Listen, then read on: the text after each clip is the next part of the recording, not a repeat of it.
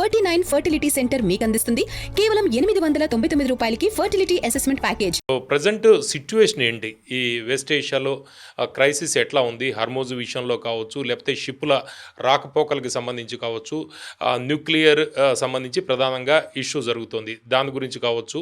వీళ్ళు సడలింపులు ఏమైనా చేశారా? ట్రంప్ కొద్దిగా తగ్గే అవకాశం ఏదైనా కనిపిస్తుందా? ఇరాన్ తగ్గే అవకాశం కనిపిస్తుందా? ఇరాన్ వాళ్ళ ట్రంప్ పంపించిన 14 పాయింట్ల మీద రిప్లై చేశారు, కానీ మెయిన్ పాయింట్ల మీద రిప్లై చేయట్లేదు వాళ్ళు. ఓకే, బేసిక్లీ యురేనియం ఏం చేస్తారు, మీ దగ్గర ఉన్న యురేనియం మాకు అప్పగిచ్చేస్తారా, మేము వెళ్ళి తీసుకుంటాం, అది మా దగ్గర పెట్టుకుంటాం, మీరు ఇంకా మీరు ప్యూరిఫై చేయరు, we will not go to higher level. Iran అసలు దాని గురించి మాట్లాడలేదు. అదే అమెరికాకి అన్నిటికంటే పెద్ద పాయింట్. న్యూక్లియర్ వెపన్ ఇరాన్ దగ్గర ఉండకూడదు, దానికి కావాల్సిన ఫిసైల్ మెటీరియల్ వాళ్ళ దగ్గర ఉండకూడదు. 60% 70% ఎంతో ప్యూరిఫై చేశారు, అది మొత్తం మాకు ఇచ్చేసారు. 420 కిలోలు ఎంతో ఉంది, అది మాకు అప్పగించాలి. ఫ్యూచర్లో ఇంకా మీరు కొత్త తీసుకొచ్చి మళ్ళీ ప్యూరిఫై చేయరు, అదొక అష్యూరెన్స్ ఇవ్వాలి. అఫ్కోర్స్ 2, 3, 4 ఇంకా పాయింట్లు ఉన్నాయి. ఒకటి హెజ్బుల్లా గురించి, హూతీల గురించి, హమాస్ గురించి సపోర్ట్, అది మీరు ఇవ్వకూడదు. మిసైల్స్, డ్రోన్స్ మీరు తయారు చేయకూడదు. కానీ ఇరాన్ ఏం అగ్రీ చేయట్లేదు. న్యూక్లియర్ విషయంలో ఇంకా స్ట్రాంగ్గా వాళ్ళు చాలా గట్టిగా వాయిస్ వినిపిస్తున్నట్టున్నారు కదా. న్యూక్లియర్ విషయంలో ఎన్రిచ్మెంట్ పెంచుతాం మేము, తగ్గం మేము, ఆ న్యూక్లియర్ మేము తయారు చేసుకుంటాం అన్నట్టు ఏదో చెప్తున్నారు. పవన్ గారు, పాకిస్తాన్ ఆడిన గేమ్ ఇది. మనం ముందు నుంచే మనకు తెలుసు, ముందు నుంచే తెలుసు. ఈ హార్మూజ్ రోజులు బంద్ పడింది కదా, ఇరాన్ అగ్రీ చేయరు. Iran they will not agree చేస్తే అయిపోతుంది వాళ్ళు. ఇంకా ఎన్రిచ్మెంట్ పెంచే పరిస్థితి కనిపిస్తుంది. ఎందుకంటే ఇటువైపు ట్రంప్, ఆయనకి ఇరాన్ యురేనియం అప్పగించకపోతే ఆయనకి ఒబామా చేసిన జేసీపీఓ మళ్ళీ ఏమవుతుంది ఆయనకి. ఆయన దాని గురించి ఆయన చాలా పెద్ద క్యాంపెయిన్ నడిపించారు. జేసీపీఓ అది, జేసీపీఓ వేస్ట్, ఒబామా చేసిన పని అంతా ట్రేటర్, అది ఇదని చెప్పి ఒబామాని తిట్టారు. ఇప్పుడు అదే దానికన్నా తక్కువ ఆయనకు ఒక డీల్ వస్తే ఆయన తీసుకోడు. దానికోసం ఆయన అంటున్నాడు, I want entire thing, nuclear dust ఎక్కడుందో మీతో కాకపోతే మేము వెళ్ళి తీసుకుంటామని. సో ప్రెసిడెంట్ ట్రంప్ ఇప్పుడు బహుశా నెక్స్ట్ 2 రోజుల్లో, once is back from China or even return China నుంచి వస్తున్నప్పుడు, ఆయన ఇరాన్ని కొట్టమని చెప్పి ఆర్డర్ ఇస్తాడు. ఇప్పుడు చైనాలో ఏం జరుగుతుంది? చైనా టూర్ జరుగుతోంది ట్రంప్. చైనాలో ఒక పెద్ద ప్రాబ్లం ఒకటి, ఆయన ఆఫ్కోర్స్ టారిఫ్స్ గురించి మాట్లాడుతూ అంటున్నారు. చైనా చేసే హెల్ప్, ఇరాన్కి సహాయం ఏంటి, 90% ఇరానియన్ ఆయిల్ చైనా కొనుక్కుంటున్నారంట. అవును, major. Okay, they are major buyer of oil. కానీ చైనా డైరెక్ట్లీ కొనట్లేదు, అది శాంక్షన్స్ ఉంది కదా అని చెప్పి. అవును, వాళ్ళు ఏం చేస్తారంటే, వాళ్ళ దగ్గర ఒక 6 కంపెనీలు ఉన్నాయి. ఆ కంపెనీలో ఎక్కడ రిజిస్టర్ అయింది ఎవరికి తెలియదు. వాళ్ళు షిప్లో తీసుకెళ్ళి చైనా దగ్గర వెళ్ళి రిఫైన్ చేస్తారు. వాళ్ళకి ప్రైవేట్ రిఫైనరీస్ ఉంది అక్కడ. మన దగ్గర జామ్నగర్ లాంటిది, రిలయన్స్, వాళ్ళ దగ్గర ప్రైవేట్ రిఫైనరీస్ ఉంది. దాంట్లో రిఫైన్ చేసి చైనాకి అమ్ముతున్నారు వాళ్ళది. చైనా అన్నారు, మాకు తెలియదు వీరు ఎక్కడి నుంచి తీసుకొస్తున్నారో, మాకైతే రిఫైన్ చేసి ఇస్తున్నారు, మేము తీసుకుంటున్నాం. అది ఇరాన్ నుంచి మాకు అది న్యాచురల్లీ $30-40 వస్తుంది, ఎందుకంటే ఎవరు కొనట్లేదు వాళ్ళ దగ్గర. కొనలేరు కూడా, యూఎస్ శాంక్షన్స్ పెట్టి. ఇప్పుడు యూఎస్ ఏమంటున్నారు, ఇప్పుడు ఈ కంపెనీలు చేస్తున్నారు చూడండి, వీళ్ళ మీద కూడా మేము శాంక్షన్స్ పెడతా అంటున్నాం. అదొక పెద్ద పాయింట్ ఆఫ్ డిస్కషన్ రాబోతుంది ప్రెసిడెంట్ ట్రంప్.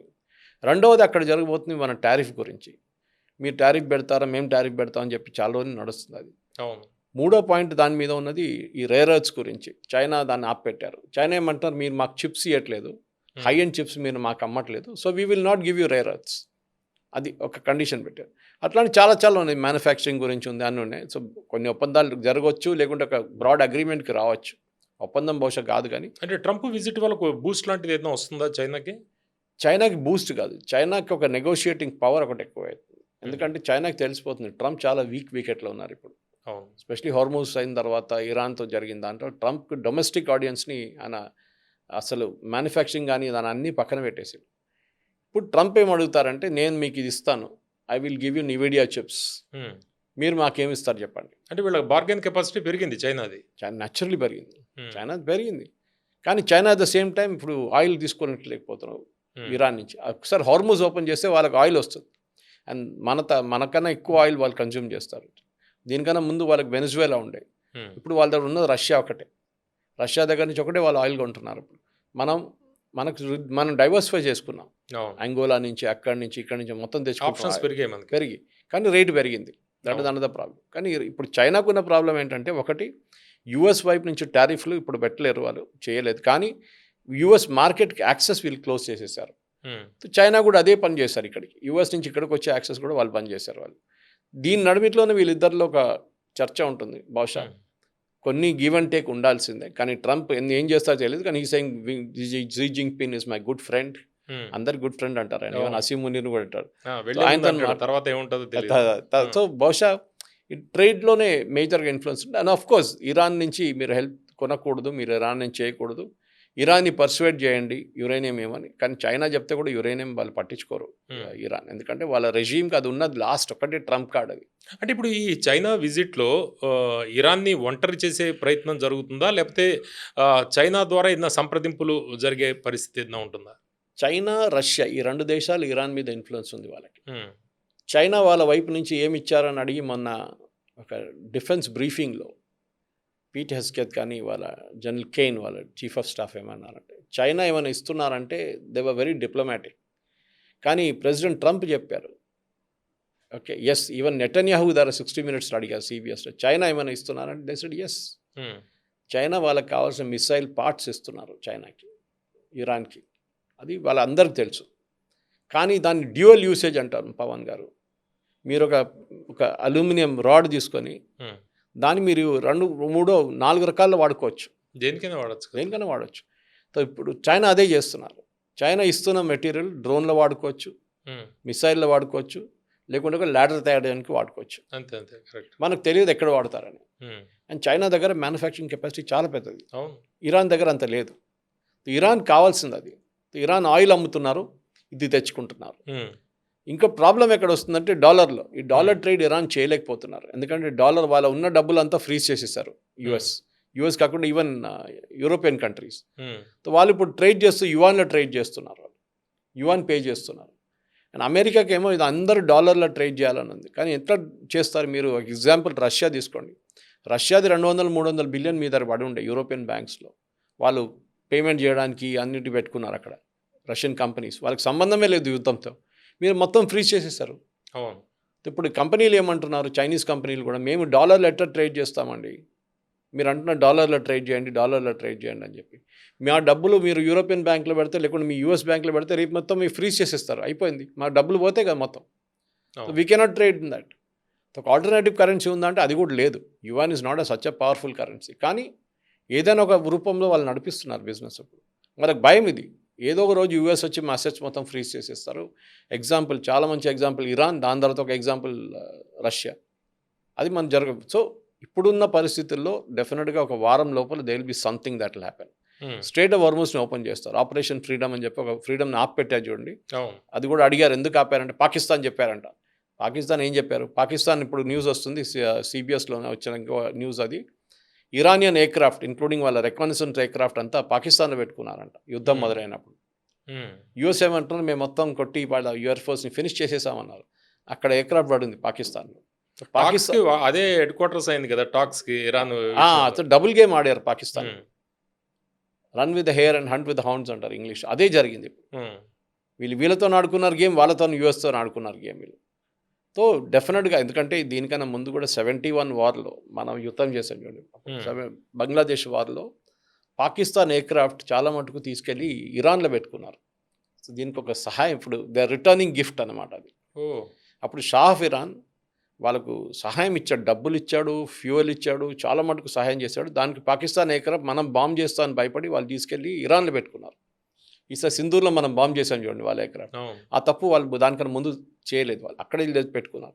ఇప్పుడు ఇరాన్ని రిటర్న్ ఫేవర్గా చేశారనమాట. ఇరానియన్ ఎయిర్క్రాఫ్ట్ తీసుకొచ్చి ఇక్కడ పెట్టుకున్నారు. అది ఇప్పుడు బయటకు వచ్చింది. అఫ్కోర్స్ దే డినైయింగ్ ఇట్, వాళ్ళు ఇప్పుడు అగ్రీ చేయరు, కానీ డినై చేస్తూ. కానీ అమెరికాకి తెలుసు. నిన్న బ్రీఫింగ్లో అడిగారు, జన్ కేన్ అని చెప్పి పీటర్ హెస్కెత్ని అడిగారు, అక్కడ కాంగ్రెస్ మెన్ అడిగారు, మీకు తెలుసా Pakistan is an unreliable partner, మీరు ఇట్లా చేశారంటే మేము చూసాం న్యూస్, కానీ మేము ఇప్పుడు ఇమ్మీడియట్గా కన్ఫర్మ్ చేయలేమన్నారు. అంటే డిప్లొమాటిక్ లాంగ్వేజ్లో yes they did it, Pakistan did it అని. కానీ పాకిస్తాన్ ఇప్పుడు అవుట్ ఆఫ్ ఫేవర్ అయిపోతారు. ఓకే, వాళ్ళని తీసి పడేస్తారు పక్కన. ఎందుకంటే చాలా మటుకు అమెరికాకి పాకిస్తాన్ కావాలండే, ఎందుకంటే ఇరాన్ని పర్సువేట్ చేద్దాం అనుకున్నారు. పెద్ద పెద్ద క్లెయిమ్స్ చేశారు వాళ్ళు, మేము అది చేస్తాం ఇది చేస్తాం, వాళ్ళతో ఒప్పందం చేపిస్తాం అని చెప్పి. ఏం జరగట్లేదు. ఎక్కడికి ఉంది అక్కడ ఉంది. Back to square one. February 28 ఎక్కడున్నాం అక్కడికే తిరిగి వచ్చాము. అంటే ఇదంతా సద్దుమణిగాక పాకిస్తాన్ విషయంలో ఏదో ఒకటి స్టాండ్ తీసుకుంటుందా ట్రంప్? వాడుకోవడంలో అమెరికా ఎక్స్పర్ట్. అక్కడ అల్ ఖైదాని కొట్టడానికి వాళ్ళు పాకిస్తాన్ని చాలా బాగా యూజ్ చేసుకున్నారు. అవును. దానికన్నా ముందు సోవియట్ యూనియన్ అక్కడ తరిమి కొట్టడానికి తాలిబాన్తో వెళ్ళి పాకిస్తాన్ నుంచి మొత్తం ట్రైనింగ్ ఇచ్చి ఆయుధాలు ఇచ్చి అన్నీ చేశారు. పాకిస్తాన్కి చెప్పకుండానే కదా బిన్ లాడెన్ అక్కడ చంపారు. అదే అంటారా. సో దాని తర్వాత పారిపోయారు. అవును. అప్పుడు పాకిస్తాన్ అక్కర్లేదు. లాస్ట్ 15-20 ఇయర్స్ పాకిస్తాన్కి ఏ సహాయం లేదు, మిలిటరీ హెల్ప్ లేదు. ఇప్పుడు పాకిస్తాన్ కావాలన్నప్పుడు F-16 మేము అవును. అప్గ్రేడ్ చేస్తూ ఉంటున్నారు. అవును. సో యుఎస్కి పాకిస్తాన్ అనేది ఒక కరేపాకులాగా యూజ్ చేస్తారు, పడేస్తారు ఉమ్. అంతే. నిన్న Barkha Dutt said like an abused wife అంటున్నారు ఉమ్. పాకిస్తాన్. అట్లా అయిపోయింది పాకిస్తాన్ సంగతి. సో ఇప్పుడు వాళ్ళకి తెలుసు, ట్రంప్కి తెలుసు వీళ్ళు ఏం చేయలేరు ఇరాన్తో. ఒప్పందం పోయి వీళ్ళు ఒక చిన్న పేపర్ మీద అగ్రిమెంట్ కూడా చేయలేరు. గార్బేజ్ అన్నారు తీసుకొచ్చింది మొన్న ఉమ్. పాకిస్తాన్ పంపించింది గార్బేజ్ అంట అది. I didn't even bother to read it అంటున్నాడు ట్రంప్. సో ఇప్పుడున్న పరిస్థితుల్లో పాకిస్తాన్ని పక్క అవుట్ ఆఫ్ ఫేవర్ అయిపోయారు. ఇంకా వాళ్ళకి ఏం సహాయం చేయరు, ఏం చేయరు. ఇట్లా డైరెక్ట్లీ డీల్ ఉండొచ్చు ఇరాన్తోని, అదే జరగబోతుంది. అంటే ఇరాన్ అగ్రీ చేయరు. స్టిల్ ఇప్పుడు కూడా స్ట్రైట్ ఆఫ్ హార్మోజ్ అనేది ఒక ఇష్యూనేనా, లేకపోతే దానికి ఆల్టర్నేట్ లైన్స్ ఏమైనా? ఏం లేదు, స్ట్రైట్ ఆఫ్ హార్మూజ్ ఓపెన్ చేయాలి. ఆల్రెడీ 3-4 షిప్లు పర్ డే పోతున్నాయి. ఇప్పుడు వాళ్ళు ట్రాన్స్పాండర్స్ ఆఫ్ చేసి వెళ్తున్నారు. కానీ నెక్స్ట్ 1 వీక్లో ఇప్పుడు బ్రిటిష్ షిప్ ఒకటి వచ్చేస్తుంది. అటాక్స్ అయితే జరగట్లేదు. కానీ ఒక ఫ్రెంచ్ ఎయిర్క్రాఫ్ట్ క్యారియర్ వచ్చింది, జనరల్ డెగాల్ ఎయిర్క్రాఫ్ట్ క్యారియర్. అది నిన్న రెడ్ సీలో ఉండే, పాసిబిలీ వాళ్ళు వచ్చేసి ఉంటుంది ఇక్కడ గల్ఫ్ ఆఫ్ ఒమాన్ దగ్గర. వీళ్ళందరూ ఒకటేసారి గారి ఎంటర్ అవుతారు అనుకుంటాను. ఇప్పుడు వన్స్ ఆర్యా పార్ అంటారు హిందీలో, కొట్టేస్తారు ఇరాన్ రెజ్యూమ్ని. అదే నెక్స్ట్ 1 వీక్లో జరగబోతుంది. First straight of Hormuz open చేస్తారు. దానిలో ఎవరైనా అటాక్ చేశారనుకోండి షిప్ల మీద, వాళ్ళ మీద అటాక్ చేస్తారు. యుఎస్ కానీ ఈవెన్ యూకే చేస్తారు. అంటే సీ మైన్స్ అదేం లేదు, ఒట్టి వాళ్ళు బ్లఫ్ కొడుతున్నారు. ఎంత మైన్స్ అంత ఇష్యూ లేదు. ఇప్పుడు ఇన్ని షిప్లు దెబ్బతున్నాయి కదా, ఏ ఒక్క మైన్ కూడా కొట్టకుండా. సో వాళ్ళకేం కావాలంటే ఒక ప్రొటెక్షన్ కావాలంతే. పైనుంచి ఒక ఎయిర్క్రాఫ్ట్ ఉంటే చూసుకుంటారు, ఎవడైనా ఫైర్ చేస్తుంటే వాళ్ళ మీద కొట్టేస్తారు. అప్పుడు చూసాం లాస్ట్ వీక్లో వాళ్ళు చిన్న చిన్న బోట్స్ని కొట్టేస్తారు. మస్కిటో బోట్స్ అంటారు దాన్ని కొట్టేస్తారు. డెఫినెట్గా ఇప్పుడు ఏదైనా ఇరానియన్ అటెంప్ట్ చేస్తే దాన్ని అడ్డుకుంటారు అమెరికా కానీ, ఫ్రాన్స్ కానీ, యూకే. దాంతోనే ఆ స్ట్రైట్ ఆఫ్ హార్మూజ్ ఓపెన్ అయిపోతే 90% ప్రాబ్లం సార్ట్అవుట్ అయిపోతుంది. కానీ ఇనీషియల్ ప్రాబ్లం ఇంకా సార్ట్అవుట్ కాలేదు. ఏంటి? యురేనియం. అది సపరేట్గా డీల్ చేసుకోవాలి. Resume change, you will have to bomb Iran. Iran government చాలా వీక్ పొజిషన్లో ఉన్నారు. అది అమెరికా అర్థం చేసుకున్నారు. వాళ్ళ మీద బ్లాకేడ్ పెట్టారు. ఆ బ్లాకేడ్ ఇంకా ఓపెన్ కాలేదు. Iranian resume is really struggling అనమాట. అంటే స్టార్టింగ్లో ఉన్న మన మిసైల్ అటాక్స్ కావచ్చు, అటువైపు నుంచి వాళ్ళ డ్రోన్ అటాక్స్, ఇవన్నీ కూడా ఇప్పుడు తగ్గిపోయాయి. ఆర్థికంగా ఎకనామిక్ మోడ్లో జరుగుతుంది, ఫైనాన్షియల్ మోడ్లో, ఈ మోడ్లో జరుగుతుంది. అంటే రానున్న రోజుల్లో మళ్ళీ బాంబింగ్ ఇరాన్ మీద జరిగే అవకాశం ఉందా? మిసైల్ అటాక్స్ ఇలాంటివి జరిగే అవకాశం ఉందా? చేశారు కదా మొన్న, యుఏఈ చేశారు. Everybody was stunned. UAE Iran మీద దాడి చేశారు మొన్న, 2 సార్లు చేశారు. మీరు గుర్తుంటుంది, లాస్ట్ 1 వీక్లో అన్నిటికంటే ఎక్కువ అటాక్స్ యుఏఈ మీద జరుగుతుంది. అందరూ అడిగారు ఏంటిది ఇరాన్ యుఏఈని కొడుతున్నారు, ఇంకెవరిని కొట్టట్లేదే అని. ఎందుకంటే ఇజ్రాయెల్ అక్కడ ఉంది. ఇజ్రాయెల్ సహాయంతో వీళ్ళ ఆయిల్ ఫీల్డ్ మీద అటాక్ చేశారని చెప్పి యుఏఈ వాళ్ళ ఎయిర్క్రాఫ్ట్ మిరాజ్ యూజ్ చేశారు, మన రఫాల్ యూజ్ చేశారు. రఫాల్ యూజ్ చేసి కొట్టారు తెహరాన్ని. అది జరిగింది, వాళ్ళ న్యూస్లో ఉంది అది. ఓకే. సో ఆ న్యూస్ బయటికి ఎక్కువ రాలేదు. సో యుఏఈ ఇదే అంటున్నాం, మమ్మల్ని కొట్టారో మేము కొడతాం మిమ్మల్ని. సో అదొక భయం ఇప్పుడు వచ్చేస్తుంది. ఎందుకంటే ఇప్పుడు దాకా అదే జరుగుతుండే. సౌదీ అరేబియా కొట్టారు, సౌదీ అరేబియా ఏం చేయలేదు. కువైత్ని కొట్టారు, కువైత్ ఏం చేయట్లేదు. ఖతార్ని కొట్టారు, ఖతార్ భయపడ్డారు. UAE said nothing doing. మా దగ్గర ఇజ్రాయెల్ ఉంది, ఇజ్రాయెల్తో సహాయంతో మేము కొడతాం మేము. అంటే ఇప్పటిదాకా యుఎస్ చేసింది, ఇప్పుడు ఇజ్రాయెల్ వీళ్ళందరిని అడ్డు పెట్టుకుని చేస్తుందంటారా? గల్ఫ్ దేశాలన్నీ కూడా రావాల్సిందే. If they want they have to do it, there is no other choice. ఎందుకంటే యుఎస్ ఇప్పుడు యుద్ధం కొత్తగా మొదలు పెట్టలేరు. వాళ్ళకి ఒకటే లాజిక్ ఏముంటుందంటే, ఇజ్రాయెల్లో లేకుంటే యుఏఈనో మిగతా ఏదైనా దేశం వెళ్ళి ఇరాన్ని కొట్టంగానే ఇరాన్ ఏదో యుఎస్ షిప్ మీద దాడి చేస్తారు. That is an excuse the waiting for. ఎందుకంటే వాళ్ళ దాంట్లో వాళ్ళ చట్టం, వాళ్ళ రూల్స్లో ఉంది, రూల్స్ ఆఫ్ వార్లో మా మీద ఎవరైనా అటాక్ చేస్తే మేము డెఫినెట్గా రిటర్న్ అటాక్ చేస్తాం. సో వాడు ఒక బాంబు కొడితే మేము 20 బాంబులు కొడతాం వాని మీద అని చెప్పి అదే జరగబోతుంది. మోదీ గారు యుఏఈలో ఉన్నారు, ఇవాళ 15వ తారీఖు యుఏఈలో ఉంటారు 3 గంటల సేపు. చాలా ఇంపార్టెంట్ విజిట్, 3 గంటల సేపు, కానీ అది చాలా ఇంపార్టెంట్ విజిట్గా ఉండబోతుంది. బహుశా ఇండియా యుఏఈ ఒక క్రూడ్ ఆయిల్ ఒకటి, ఇంకోటి డిఫెన్స్ ప్యాక్ట్ కూడా సైన్ చేయబోతున్నారని చెప్పి చెప్తున్నారు. అంటే ఎలా ఉండే అవకాశం ఉంది అది? పాకిస్తాన్ వెళ్ళి సౌదీ అరేబియాలో కూర్చున్నారు. సో యుఏఈకి ఇజ్రాయెల్కి ఇచ్చిన హెల్ప్ లాగా మనం కూడా ఏదైనా సహాయం చేయవచ్చా అని వాళ్ళు అడుగుతున్నారు. దాని బదులు వాళ్ళ వైపు నుంచి క్రూడ్ ఆయిల్ మనకి స్పెషల్ అరేంజ్మెంట్, స్పెషల్ రేట్లో మనకి ఇస్తారు. అది మనకు పెద్ద అడ్వాంటేజ్గా ఉంటుంది. సో మార్కెట్లో 110 ఉంటే మనకు 90 ఇవ్వచ్చు, ఎందుకంటే వాళ్ళు ఓపెక్ నుంచి బయటకు వచ్చేసారు. అవునవును, correct. That was again game India play చేస్తా అంటున్నారు తెలియదు, ఎందుకంటే మనం one of the world's largest consumer. అయితే వాళ్ళతో పెట్టుకున్నా కూడా రావాల్సింది మళ్ళీ స్ట్రైట్ ఆఫ్ హార్మోజ్ నుంచి అది కదా. అయిపోతుంది, అది ఎక్కువ అది రోజులు అయిపోతుంది. నడవదు. అది ఈ స్ట్రేట్ ఆఫ్ హార్మోజ్ ఓపెన్ అయిపోతే మనకి స్పెషల్ డీల్ వస్తుంది వాళ్ళ దగ్గర. ఎందుకంటే right. వాళ్ళకి కావాల్సింది ఏంటంటే 20 చిన్న చిన్న దేశాలు వచ్చి మా దగ్గర కొనే బదులు ఒక పెద్ద దేశం మా దగ్గర నుంచి మొత్తం ఫ్యూయల్ తీసుకెళ్ళిపోతే మాకు టెన్షన్ ఉండదండి. ఓకే.